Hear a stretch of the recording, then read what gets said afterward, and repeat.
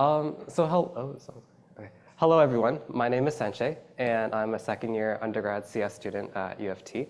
And today's presentation is going to be about embedding-based Markov stability scale selection for robust network clustering, which is a lot of words, and this probably sounds very complicated. But the goal is that by the end of today's presentation, everyone here is going to be an expert on what all of those words mean. But before that, we need to start with context. So first, we're going to define what descriptive community detection is with clustering. There are definitely other ways of doing community detection. For example, there's inferential, and then there's different methods as well, and everyone has their favorites. But today, for the purpose of this presentation, we're going to be talking about community detection that's descriptive with clustering.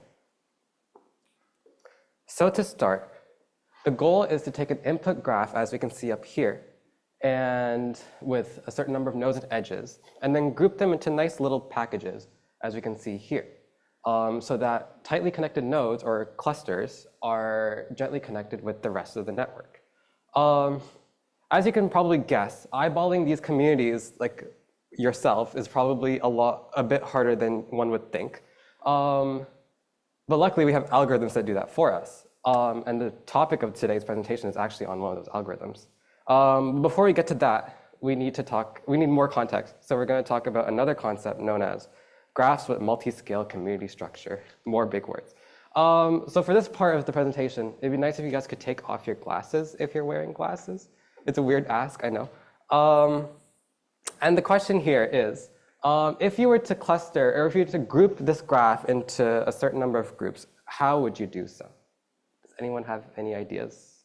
Any takers? Is that hierarchical structure, right? If you cluster inside of the cluster? That is, I think you're jumping ahead. We're not there yet, but just like a very simple way of clustering these graphs. I think I spoiled it. Whoops. Well, one solution could be to do something like this, where you just take those two groups and put them neatly into two boxes like that. However, for those of you 20/20 vision, or for those of you who didn't take off your glasses, you can put your glasses back on, by the way. You might have come up with something like this instead. So which one is the correct clustering? Well, that is up for debate. And some people believe there's no right answer. And so congratulations, you've just discovered the concept of multi-scale community structure, where if you look at the graph with different levels of granularity, you can find different types of clusterings. So that's all we really need to understand for this part of the context. Now we're going to go on to one of the scarier terms of the day, generalized Markov stability. It's not that bad. So the formula for maximizing generalized Markov stability is up on the screen right now. But you might be wondering, what is this and how is this important? Well, basically, the Markov stability function can be used as a measure of the goodness of a graph's partitions. So you can get different partitions or different values of H by inputting different T values or different Markov scales. The word scale should ring a bell since we just talked about multi-scale communities in the last slide. So the basic concept is that we want to find communities that are robust or stable over multiple values of T or multiple Markov scales.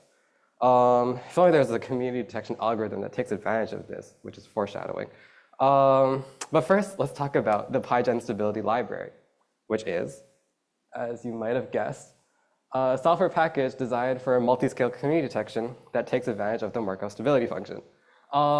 It finds a series of optimized graph partitions for different values of T. And it optimizes it using the Louvain or Leiden function, which is a greedy algorithm. And it also offers an optimal scales module that uses NVI, or normalized variance of information, to detect partitions that are robust, as we discussed earlier, over multiple different Markov scales. But you might be wondering, some of you might be wondering, what if you don't care about multi-scale community detection? Or what if you don't even know if there's a suitable scale? Or what if you know that single scale would be the best choice for the job? In this case, there's no actual good way or principled way, to the best of our knowledge, to select a single scale from the multiple scales that PyGen stability offers. So this is where we come in. And our solution to this is machine learning. The premise is that we're going to take PyGen stability's optimal scales module that has a bunch of scales with robust partitions. And then we're going to use machine learning to train a model that can automatically pick the best scale that maximizes a certain metric, for example, adjusted mutual information, or how close it is to the desired partition. And so combining the two, we can obtain a multi-scale community detection algorithm that both has robust partitions, but also doesn't require any input or knowledge from the user, for example, as in like what scale to use. So how do we go about that? So let's talk about model development.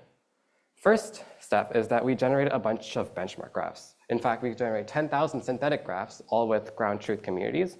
And we used the ABCD, or Artificial Bench Transfer Community Detection model, using a bunch of randomized parameters. Specifically, we took our Z parameter, and we chose values ranging from 0 to 0.5, where 0 is much easier is a graph that's much easier to retrieve communities, whereas 0.5 is a little bit harder.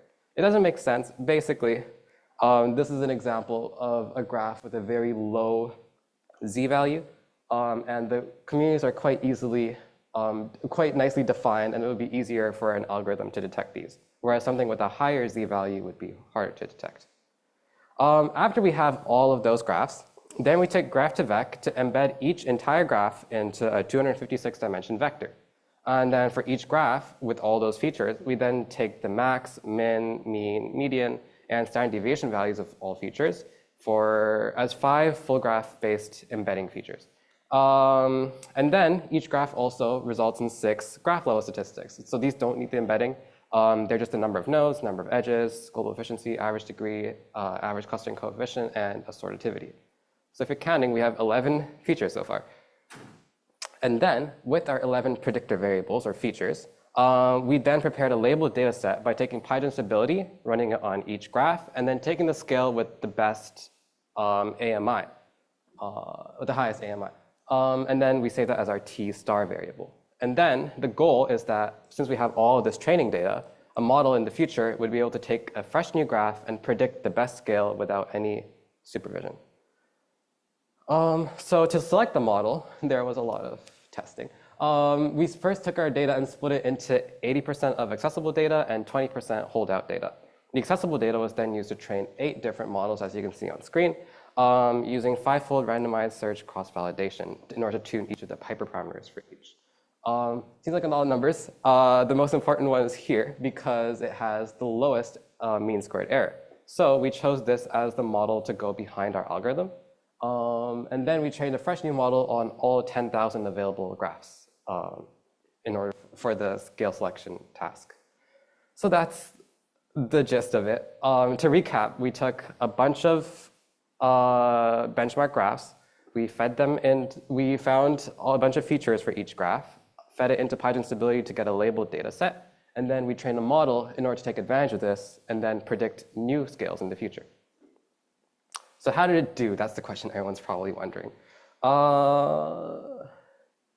First, sorry, I was expecting a different slide. We compared it with 8 different modularity maximization heuristics, as you can see on screen over here. You might notice some like Louvain or Leiden. Those are 2 popular ones right now. Not that the other ones aren't popular. And then we compared with 21 other community detection algorithms. You might recognize some of them, you might not, it's okay. And then how did it actually perform? Well, you can see that on screen over here. The green line is where we did. So we tested on 500 different ABCD graphs with structurally diverse structures. And we had distinct mixing parameters ranging from 0.01% to 0.07 or 70%. And then we generated 100 graphs for each of the mixing values. And this is how it did. As you can see, there's not a single algorithm that outperforms our proposed algorithm over every single mixing parameter value. But there is still room for improvement, and since it is an ML model, we can add better training data and hopefully push those results up a bit. But you might be wondering, why should I care about this? Which is why we have some real networking examples as well. So first off, we have this example, which is the Network Science Co-Authorship Network. Basically, there's a bunch of network scientists' papers, and a bunch of them have co-authors. And so they're all represented on a graph here, where each of the nodes is an author, and a line or an edge represents them collaborating on a paper. So as you can see, our algorithm produced this partitioning. And if you zoom in on this part here, there's a bit of a story behind this because these 5 nodes on the screen, those 5 authors actually all collaborated on the same paper. However, our algorithm puts them into different groups. There's the light blue group and the dark blue group. The reason behind this is because those 4 in light blue are actually ecologists who just happen to collaborate with a network scientist on one of their papers. This isn't very obvious at first glance, but then if you dig deeper, you will find out that there's this underlying information. But of the 30 algorithms, 25 of them weren't able to make this distinction. And of the 5 algorithms that did make this distinction, we were the only algorithm that actually split it into 30 groups rather than having too many. So this goes to show that the robustness that comes from multi-scale community detection does actually play a bit of a role in coming up with communities. Another example is the American College Football Teams Network. This network represents American college football teams in the Division IA colleges during the regular fall 2020 season. And each color represents a league, and each node represents a team. And so there's an underlying 12 leagues in the actual data set. And our algorithm had the closest AMI or the best AMI compared to all 29 other algorithms that we compared with. This also goes to show that in real world networks, multi-scale community detection can be a valuable asset. So yeah, that's the end of the presentation. Here are references. And thank you. There will be a preprint available later this year, and the algorithm will also be available for use later as well, ideally. So yeah, if there's any questions, feel free to ask, and thank you. So let's thank Sanchaai, and we have plenty of time for questions.